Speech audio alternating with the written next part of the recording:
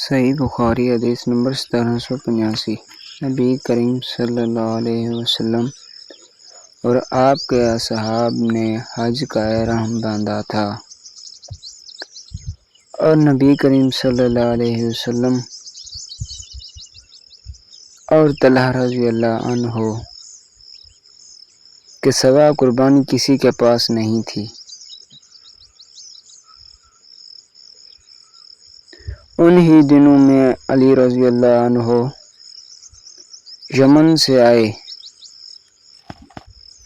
تو ان کے ساتھ بھی قربانی تھی۔ انہوں نے کہا کہ جس چیز کا احرام رسول اللہ صلی اللہ علیہ وسلم نے باندھا ہے، میرا بھی احرام وہی ہے۔ نبی کریم صلی اللہ علیہ وسلم نے اپنے اصحاب کو مکہ میں پہنچ کر اس کی اجازت دے دی تھی کہ آپ اپنے حج کو عمرہ میں تبدیل کر دیں اور بیت اللہ کا طواف اور صفا و مروہ کی سعی کر کے بال ترشوا لیں اور احرام کھول دیں، لیکن وہ لوگ ایسا نہ کریں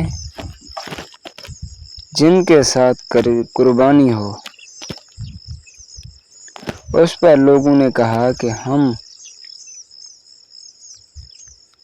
منا سے حج کے لیے اس طرح سے جائیں گے کہ ہمارے ذکر سے منی ٹپک رہی ہو۔ یہ بات رسول اللہ صلی اللہ علیہ وسلم تک پہنچی تو آپ صلی اللہ علیہ وسلم نے فرمایا کہ جو بات اب ہوئی اگر پہلے سے معلوم ہوتی تو میں اپنے ساتھ ہدی نہ لاتا، اور اگر میرے ساتھ ہدی نہ ہوتی تو افعال عمرہ ادا کرنے کے بعد میں بھی احرام کھول دیتا۔ عائشہ رضی اللہ عنہا اس حج میں حائضہ ہو گئی تھی، اس لیے انہوں نے اگرچہ تمام مناسک ادا کیے لیکن بیت اللہ کا طواف نہیں کیا۔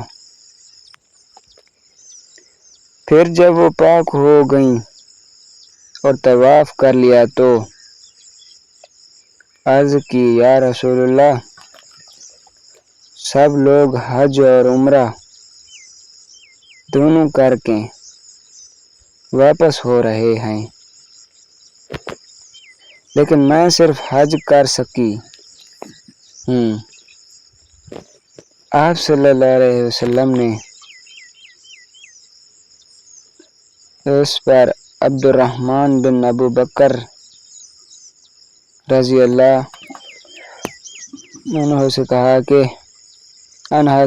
کہ انہیں ہمراہ لے کر تنعیم جائے اور عمرہ کرا لیں۔ یہ عمرہ حج کے بعد ذی الحج کے ہی مہینے میں ہوا تھا۔ نبی کریم صلی اللہ علیہ وسلم جب جمرہ عقبہ کی رمی کر رہے تھے تو سرقہ بن مالک بن یشم آپ صلی اللہ علیہ وسلم کی خدمت میں حاضر ہوئے اور پوچھا کہ یا رسول اللہ، کیا یہ عمرہ اور حج کے درمیان احرام کھول دینا صرف آپ ہی کے لیے ہے؟ نبی کریم صلی اللہ علیہ وسلم نے فرمایا کہ نہیں، بلکہ ہمیشہ کے لیے ہے۔